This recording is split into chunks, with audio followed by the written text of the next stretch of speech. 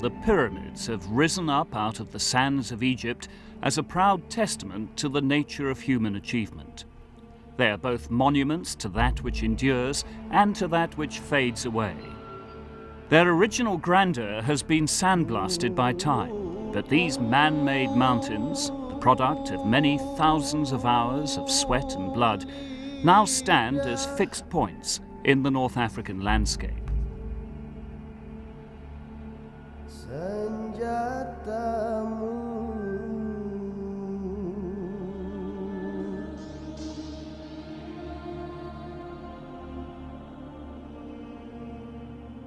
They are as natural a part of it as the desert plains, the mountains, or the great River Nile.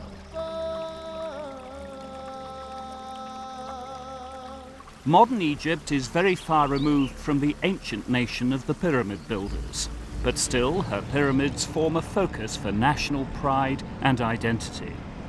They are a legacy which has been handed down to the Egyptians from ancestors who believed in multiple gods and whose government was imposed by ruling dynasties.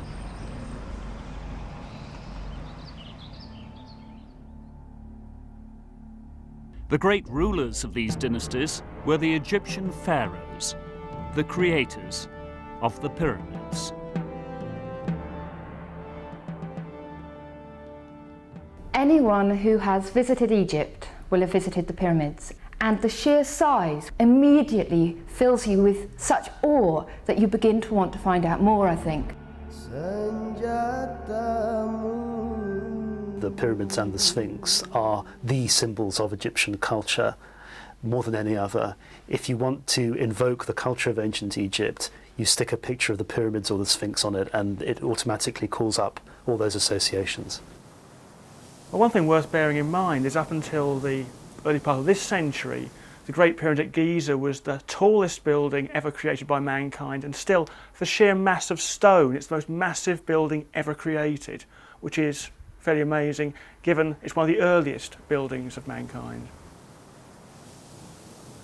When the first pyramid was built, Western Europe was still shrouded in the mists of prehistory.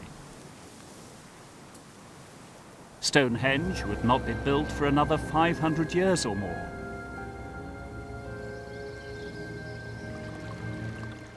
Civilization grew in Egypt, as it would elsewhere, on the banks of a river, the Nile, the great life provider in an otherwise hostile environment. The Egyptians considered the river to be a god, and that it was Khufu, the god of creation, who caused the river to swell. The south of Egypt was as arid as it is today. But in the north, where the land was low, lay the wide delta of the Nile, which was cool and marshy.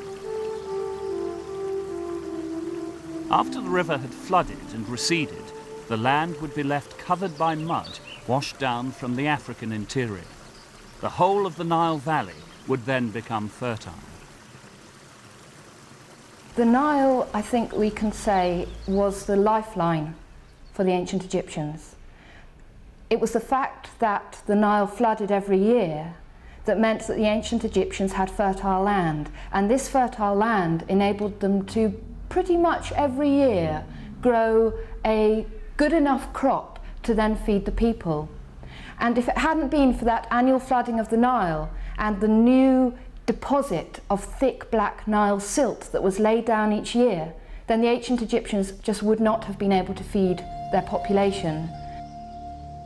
Egyptian farmers could then grow crops such as wheat, barley and fruit, as well as papyrus reeds, from which they made paper.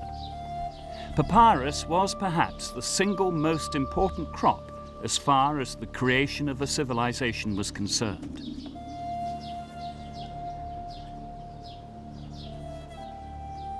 The Egyptians had developed a written language by 3000 BC.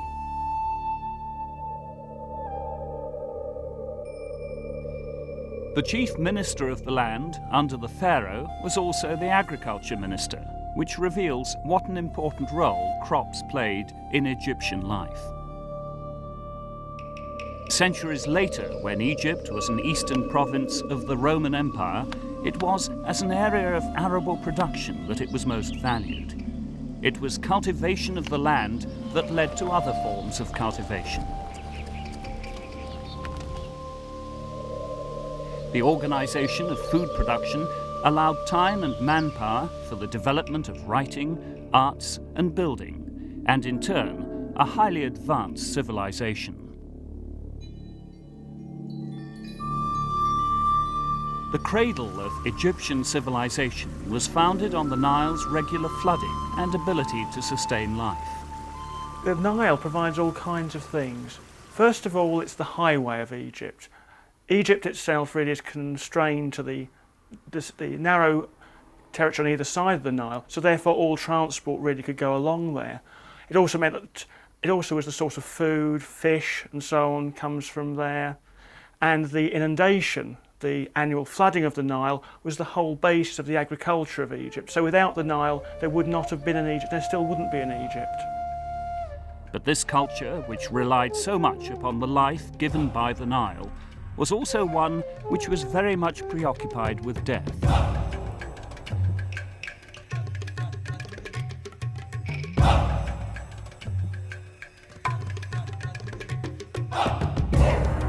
The first pyramid arose in the time of Djoser, who reigned as pharaoh from 2667 to 2648 BC. During this time, the Nile had failed to flood for 7 years, resulting in a lengthy and severe famine. Perhaps it was this which caused Djoser to contemplate his own death. He employed the architect Imhotep to build him a mausoleum, which would be incomparable to anything ever made by man. So important did Djoser deem the task that he honored Imhotep with the title of sculptor-builder and chief minister of the land. Imhotep is a fascinating figure. His memory survived down through the generations, and by the Greco-Roman period, he became a god. But his fame goes right back to early times. Is the fact there was a statue base was found in the enclosure of the Step Pyramid. It was a statue base of the king himself, and normally such a statue base would perhaps have the king's name and members of his family. But this has the name of Imhotep on it as well. Prior to this, such large structures had been made with mud bricks. But for this project, Imhotep used stone, and stone was the material which would remain in favour from then on in.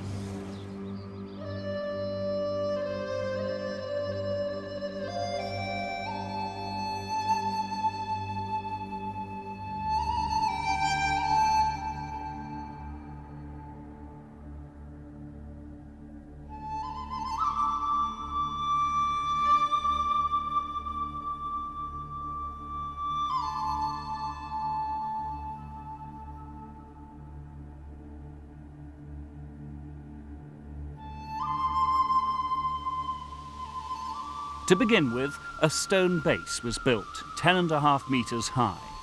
This was surmounted by 3 squares of diminishing size, positioned symmetrically and forming steps on the 4 sides. The base was then enlarged, allowing for 2 additional steps. These early pyramids are known as step pyramids and are clearly distinguished from the smooth later pyramids by their giant stepped sides.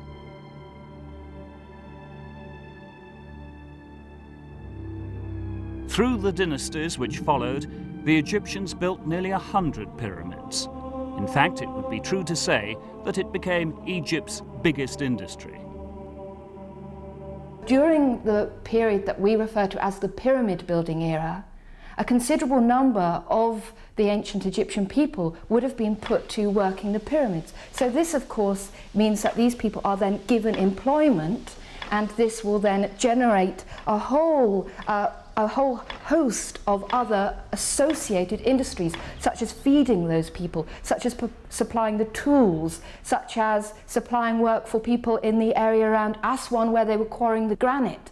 Of course, the supervisors, the administrative officials. Then, of course, once the pyramid is completed, a funerary cult developed around the pyramid site with associated temples, and we have a whole host of Wab priests, purified priests, lector priests, the priests who spoke the spells of the daily rituals of the king, the deceased king's spirit. And so there was a whole associated industry that evolved around the pyramid building. Although pyramid building was continued for centuries, it is the pyramids that were built during the time of the Old Kingdom on the site at Giza, just a short distance from the royal palace at Memphis, which have caught the eternal imagination. It is no wonder that these giants have earned a place among the 7 wonders of the world.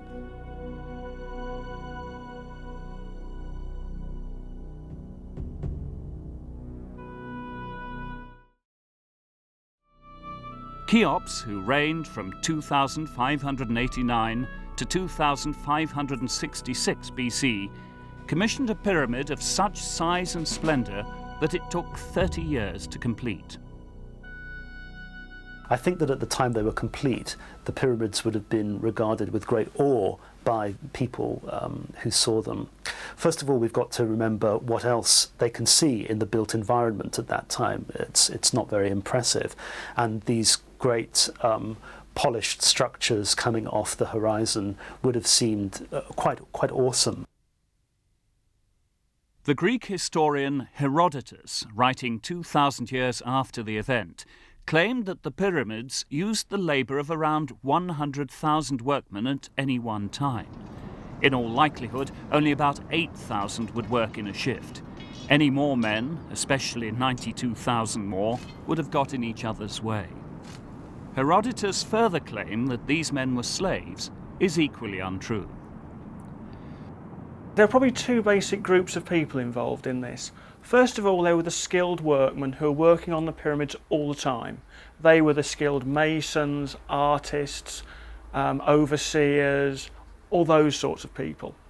But then, probably working on a seasonal basis, were basically farmers, other labourers who were brought in from the point of view of dragging stone up to the site.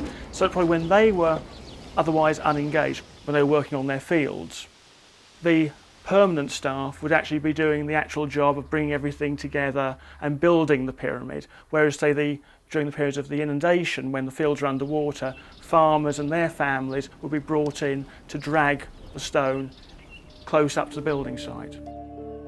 The building of a structure meant to protect the dead pharaoh was an honour. The pyramids were intended as resting places for the pharaohs, somewhere they were protected and preserved for the afterlife.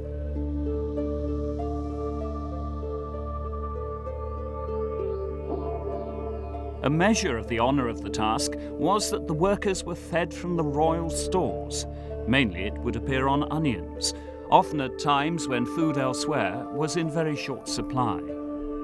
They were provided with free accommodation as well as food, but in return for this, the work they undertook must have been arduous at best and dangerous at worst.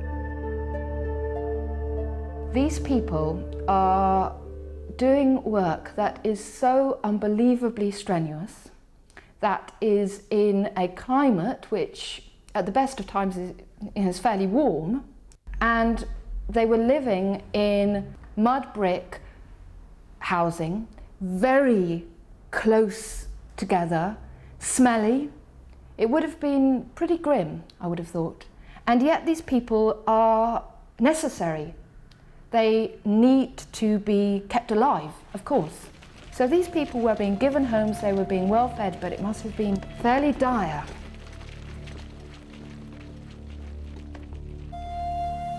Pyramid building was really a turning point in the history of man, because it was our first large-scale application of technology. It required organisation of manpower and correct application of tools and materials. The first 10 years were taken up with preparation. First, the builders cleared the site of sand, then levelled the stone. To do this, they had to rely on tools made of hard stone or of copper, which had to be constantly sharpened or replaced, creating work for coppersmiths. When this task was completed, they dug a tunnel. running steeply down into the rock, and a burial chamber was carved out deep underground. This was the first of 3 such chambers, which would eventually lie beneath or within the finished structure. Nearly all of the pyramids contained a subterranean structure, as well as an internal system, although no 2 of these were the same. Much of the next 10 years were taken up with quarrying and shaping measured blocks of limestone from a site in the Mokhtar Hills. These blocks formed the Great Foundation, which covered 13 acres.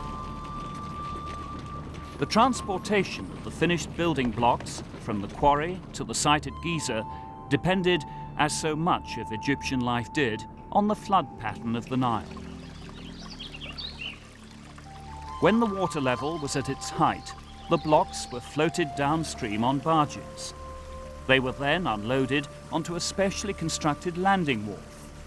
A massive ramp was also built, via which the great blocks could be hauled to their destination as the pyramid took shape.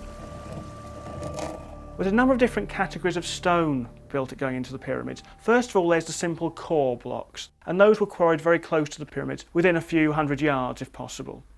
Next, there was the much finer quality limestone, which was used for sheathing the outside of the pyramid, and that was quarried just across the river at a place called Tura, and that was floated over on barges during the flood seasons. There was also some hard specialist stone like granite, basalt and so on. These came from other parts of Egypt, and here the Nile became absolutely fundamental because the quarries for granite were down at Aswan, a couple of 100 miles south of the pyramid sites. So the river was the only way these great blocks of this very hard, very prized stone granite were brought up to the pyramid plateau. Cheops pyramid, built in the late 4th dynasty, contains 2,003,000 blocks of stone, some weighing as much as 60 tons. Some of the largest stones were used to form the roofs of the burial chambers.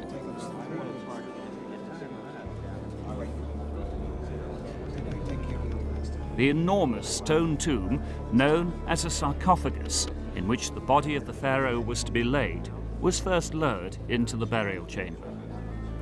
The sarcophagus would have been far too large to carry through the complex small tunnels. This was done by filling the chamber up with sand, hauling the sarcophagus on top, then removing the sand from the chamber, which in turn gradually lowered the tomb. The sarcophagus was finally placed into a hole, which was specially prepared for it in the floor of the burial chamber. When this was done, more sand was then piled in, this time forming a mound on top of which the giant slabs of stone could be supported as they were set in position over the chamber. The stones were arranged to lean into one another, forming a roof shape, so that when the sand was removed, each took the weight of the opposing stone. The weight of the stones, which would be built on top of this roof, would further push the stones together. But the inverted V arrangement would ensure that the burden was transferred to the surrounding stones, of which there would be an abundance. The visible structure above the ground, the pyramid we can see, is formed from a mastaba.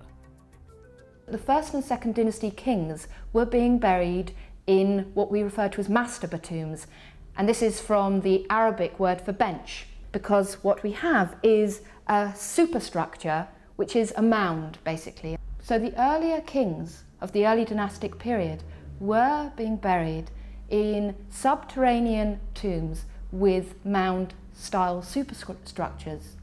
And what we find is that the later tombs at Saqqara are in fact stepped, mud brick stepped superstructures. So we don't have a leap out of the blue when in the 3rd dynasty Djoser chose to create a stepped superstructure to his burial. What he did decide to do was to make it quite enormous and to create it out of stone. The giant superstructure of the pyramid had the same function as the mastaba, the visible outer monument, rather like the front of the pharaoh's house.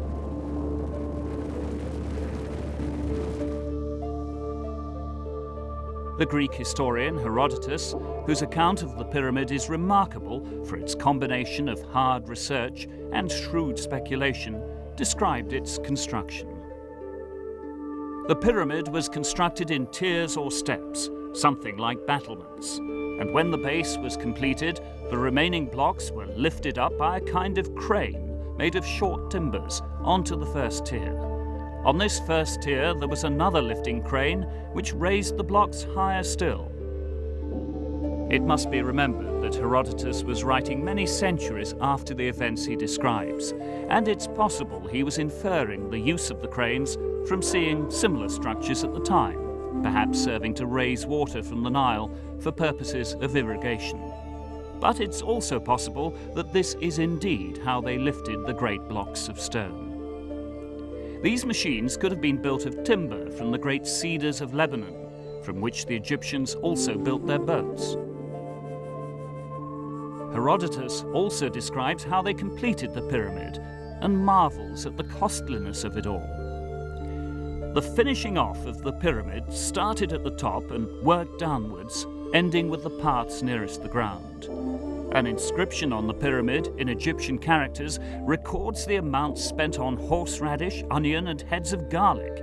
And if I remember what the interpreter who read me the inscription said, the sum involved was 1,600 talents of silver. If this is true, how much must have been spent on the iron used, on other foodstuffs, and on the clothes of the labourers? I think we need to be quite careful about using Herodotus' account of the building of the pyramids. First of all, we need to consider that Herodotus is writing in the 5th century BC, so thousands of years after the pyramids were actually built. Secondly, I think we need to think of Herodotus' broader agenda, which is really to talk about the conflict between the culture of Greece and the culture of the East, in which Egypt obviously plays an important part. So he isn't really trying to write an authoritative and reliable history. He has broader agendas, I think. So I think we do have to take Herodotus with a pinch of salt. We also have to remember that very likely he was being fed information by Egyptian priests who couldn't necessarily converse in Greek, and so Herodotus was perhaps communicating with them through an interpreter. Perhaps they considered that they wouldn't for one moment tell Herodotus the mysteries of their ancient traditions, and so perhaps they chose to lead him up the garden path.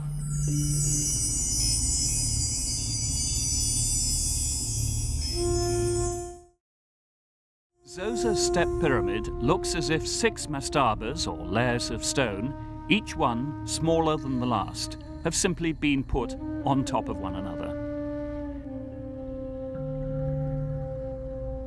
It was in 1837 that the discovery was made that the step pyramid consists of an accumulation of vertical steep buttress walls, which slope inwards at an angle of 75 degrees.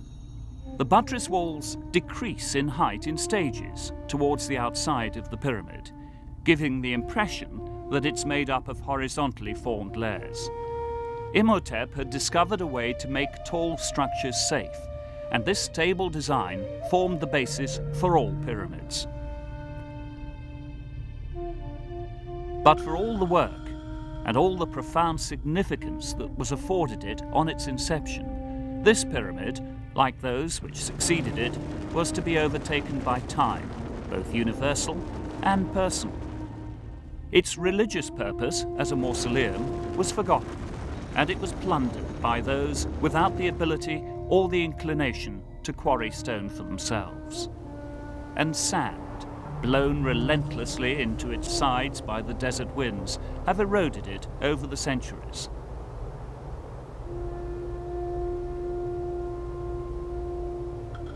The result is that the pyramid has been reduced by some 30 feet from its original height of 481 feet. The pyramids of Djoser and his successor Sekhemkhet are located at Saqqara, close to the capital of Memphis. These are the only large pyramids close to the capital, the rest of them having been erected well away from the city. Whilst the foundations of the Pyramid Nation were laid in the 3rd dynasty by Djoser and his architect Imhotep, it was the 4th dynasty, founded by the pharaoh Snofru, which is renowned for the great stone pyramids. Snofru is probably the greatest of all the pyramid builders. He actually built 4 pyramids during his lifetime, one of which was abandoned due to structural failure. Another one was actually used for his burial, and one was some kind of cenotaph. The other one is most interesting because it started off life as a step pyramid, but was converted into a true pointy pyramid while it was under construction. And that's the big difference between the 3rd dynasty and the 4th dynasty. 3rd dynasty you have these stepped monuments, the step pyramids. In the 4th, it's the true pyramids, which remain the standard form of pyramid right through to the end of pyramid building. Following on from him, of course, his son, Cheops, built the largest of all the pyramids. Cheops' pyramid stands today 20 miles north of Memphis at Giza. Not only is this the largest pyramid, it is still the largest stone building in the world. No cathedral, not even St. Peter's Basilica in Rome, comes close to competing with it. Its structure is so sound that the first archaeologists to explore it were able to blast out entrances with gunpowder, secure in the knowledge that it would not collapse. Cheops' pyramid covers an area of 230 meters square, rises to a height of almost 150 meters, and is made up of about 6.5 million tons of limestone. As such, it remains one of the 7 wonders of the world. Originally, the pyramid would have been clad with white Tura limestone, giving it a smooth appearance, but unfortunately, it's been completely stripped of its casing. The pyramid contains a polar entrance in the north face, a feature which is common to all the pyramids from the 4th dynasty onwards.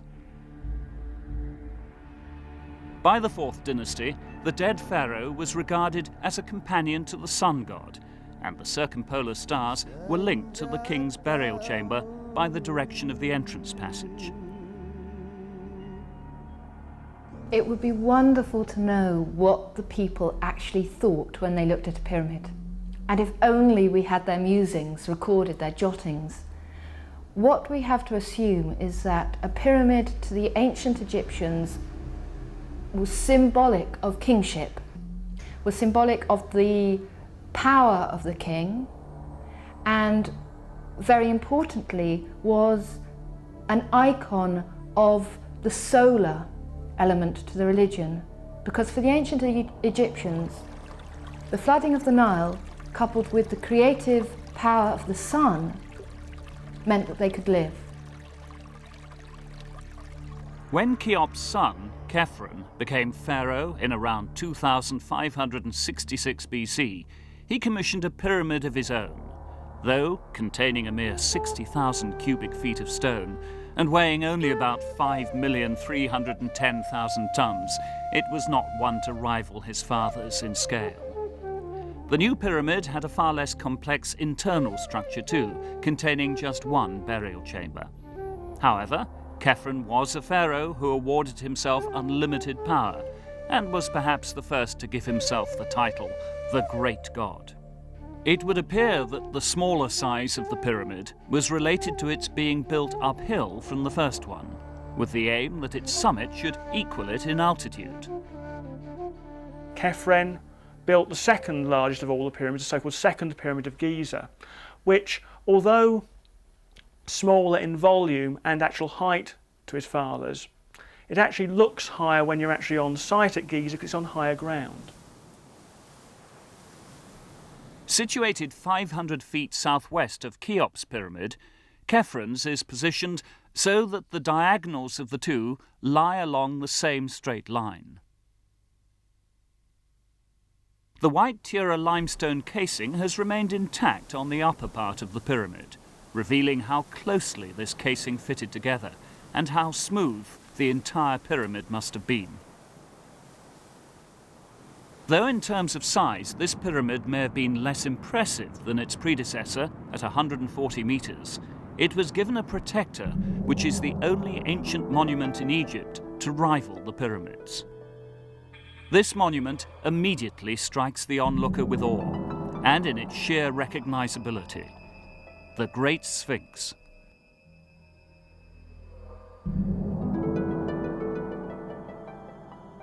There are a lot of theories about the purpose of the Sphinx. My own is that it's some kind of boundary marker for the Giza plateau. It's something which sets it apart as a sort of sacred area. But it's important to remember that the Egyptians themselves forget what it's for. So after the Old Kingdom in the 18th dynasty, 1400 years after it was built, it's thought to be a representation of the god Harmachis, Horus of the horizon. And later on, Herodotus is told something completely different as well. So it's important to remember that it is something which slips out of popular memory. The Sphinx, like much of Egyptian antiquity, does remain a mystery to us. And we can only speculate as to why Khephren chose to create out of this natural limestone desert escarpment an incredible monument. A lion-formed body with the human head, with the Nemes headdress. And it's often suggested that this is a guardian figure as it's alongside his valley temple. In Arabic, this giant sculpture is known as Abu el-Hol, the father of terror. Representing a creature with the body of a lion, but the face of a human, it seems to combine the most distinctive attributes of both. The impassive face suggests an enigmatic intelligence. The body exudes power and natural authority. Some believe the face to be that of Khephren himself, set to watch over his last resting place before his journey to the next world. As to the theory that it's a portrait of Khephren, it's difficult. But it does seem to be that a pharaoh is being shown because he is wearing the so-called Nemes headcloth, which is generally an indicator of pharaonic status. So whoever is being represented here, he is in some way anyway a pharaoh. Khephen's son, Mycerinus, also erected a pyramid when he ascended to power. Though smaller again, covering only about half the area occupied by that of Cheops, this pyramid is considered by many to be the finest of those at Giza. Mycerinus's pyramid is interesting because half of its casing stones are actually granite rather than limestone.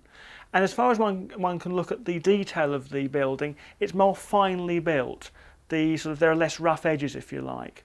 But it also really marks the end of the great period of pyramid building.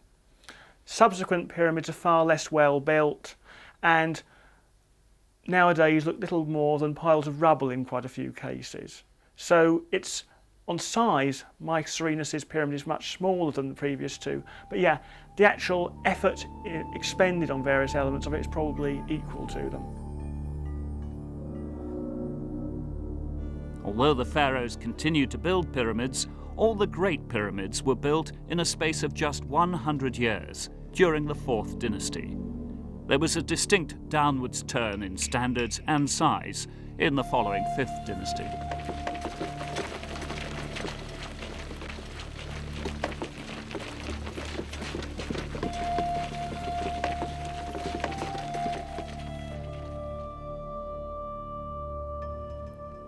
But however impressive the outsides of the pyramids were, it was what they were to contain which most concerned those who first commissioned them. For these tombs of such massive volume and weight were made to contain just a single body, that of the pharaoh.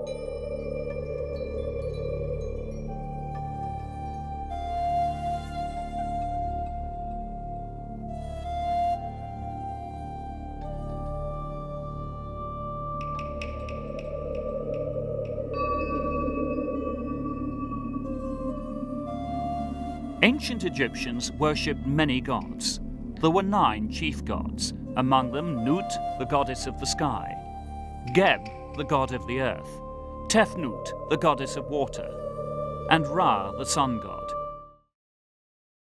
But even he was rivaled in prominence by Osiris, the god of the dead.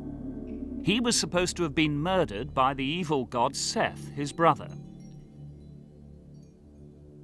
Osiris having been killed by his wicked brother Seth, and the killing involved being cut up into a number of pieces. Osiris's sister, who was also his consort or wife, Isis, very much associated with magic and healing in Egyptian religion, she then makes this grand pilgrimage to gather together the parts of Osiris's body and then create a whole by embalming and mummifying the body. The kingdom of Osiris, it was taught, lay over the horizon to the west and under the earth. It was in this place that the ordinary Egyptian citizen would hope his spirit would reside after death. The pharaoh, however, was believed to be divine. In fact, he was believed to be Horus, the god who had brought Osiris back to life and who had killed the evil Seth. For him, eternity lay, according to some, in ruling over the kingdom of Osiris, and according to others, in the heavens with Ra, the sun god. But like Osiris, it also lay in mummification.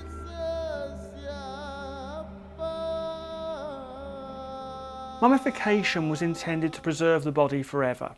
The reasoning behind this seems to be connected with a view that for the spirit to survive intact in the afterworld, the body had to remain intact on Earth as well, as a conduit, if you like. The origins of the idea that you needed to do this to a body seems to go back to what happened to bodies in prehistoric times when they were interred in the hot sand of Egypt. The hot sand naturally desiccates, dries out the bodies. And one suspects that when the Egyptians noticed that after they started building proper tombs and putting the bodies in chambers rather than in the sand, they started to decay. There may have been some thought, hang on, if sort of nature is drying out these bodies and preserving them, does that mean there is something important about that drying out for the afterlife?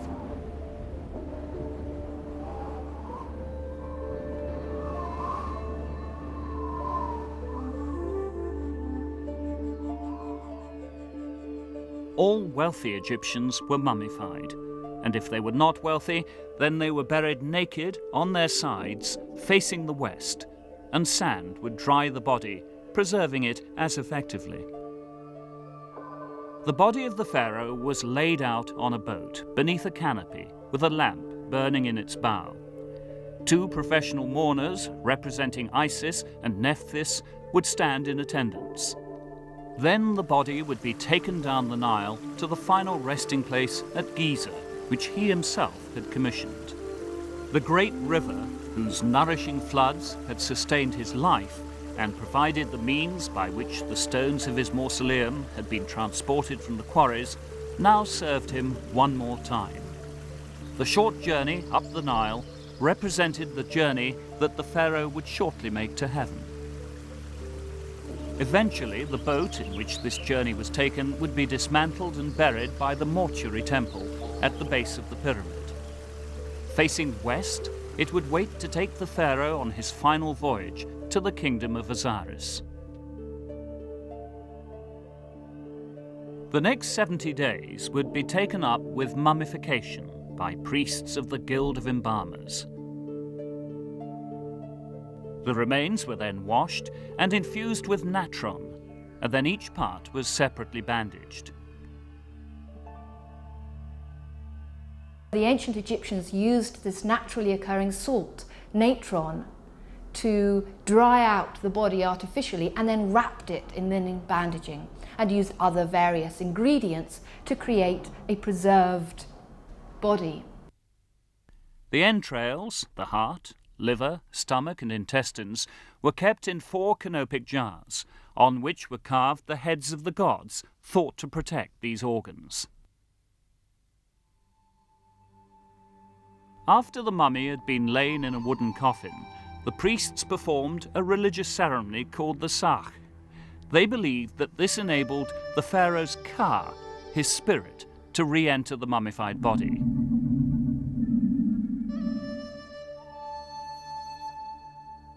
Like the Vikings many centuries later, the Egyptians believed in supplying the dead for their journey to the New World. The burial chambers in the pyramids were provided with jewellery, incense and clothes. Food, or even stone representations of food, were often left. The pharaoh would need sustenance for his journey. In fact, thereafter, priests would regularly leave offerings of food at the pyramid to provide for the pharaoh's ka.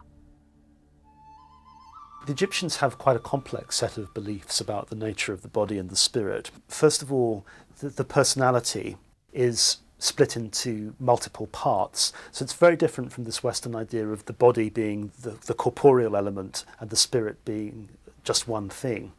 So for instance, not only do you have the ba and the ka, which are the ones that people are most familiar with, the Egyptians also have other spiritual components, such as the ach, which is the transfigured part of the personality when it attains union with Osiris, the shoot, the shadow, and the name. There are many, many other parts of it. The priest's next ceremony was that of opening the mouth. These involved statues of the pharaoh, sculpted by the royal sculptors on lines laid down in the official book of the artist. Their creation, as well as their final use, was a matter of religion.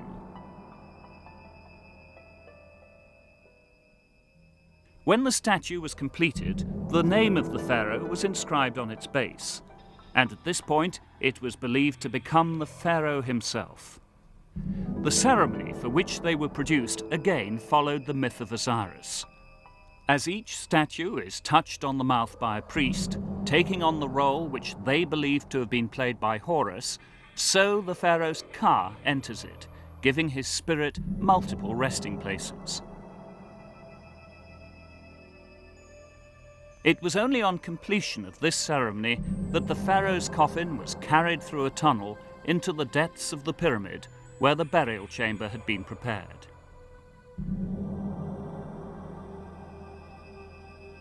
Lowered into the sarcophagus, covered by the great stone lid, which was then sealed, the mummified remains were left to take their place in eternity.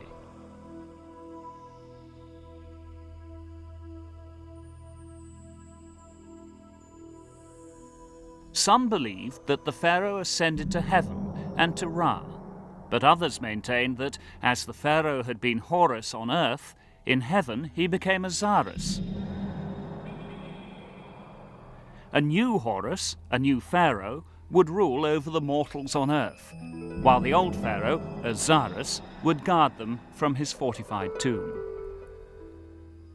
We know that from as early as the ancient Egyptians were constructing what we'd call tombs, they were using security measures to try and keep the tomb robbers out. But, ultimately, the fortification proved inadequate. Not a single one of the pyramids remained completely unplundered, and the evidence seems to suggest that they were plundered pretty soon after the burials were actually deposited in there. Plundering the pyramids has gone on into recorded history. So, for instance, in medieval times, the caliphs who were ruling Egypt blew up parts of the pyramids because they believed they were filled with gold. And then in the 19th century, when European collectors start getting very interested in Egyptian monuments, that's when large-scale looting goes on.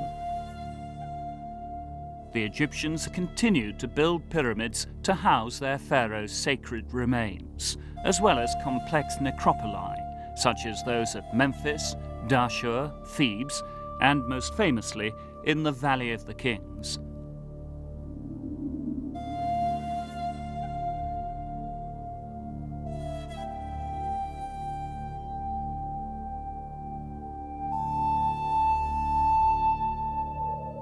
But none of these would rival the pyramids at Giza for scale or endurance. All of these structures were built with one purpose in mind: to cheat the passage of time and defeat death, as Osiris had.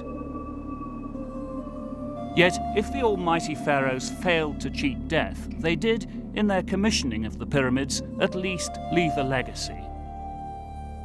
The pyramids, probably more so than any other monument of the past, seem to have gripped the human imagination. They were a tourist attraction even in ancient Egyptian times. And of course, the pharaohs themselves would have absolutely welcomed this, because the whole idea in Egyptian belief was if your name survived on the lips of the living, you survived for eternity. People, I think, are still fascinated by the pyramids because they are so enormous and because they are so old. And people are still studying these structures because we actually know so little about them. There is still so much to learn about the pyramids, and that, I think, is why people continue to be mystified by them or inspired by them, and very importantly, are still studying and researching those pyramids. But the pyramids, it must be remembered, were emphatically not the work of just one man. There were astronomers, architects, engineers, not to mention the legions of labourers who were needed to complete each massive project. And it is perhaps these people, as much as their ruler, who live on to some extent in the weathered, ravaged remains of the Great Pyramids. It is perhaps their Ka which inhabits the stone.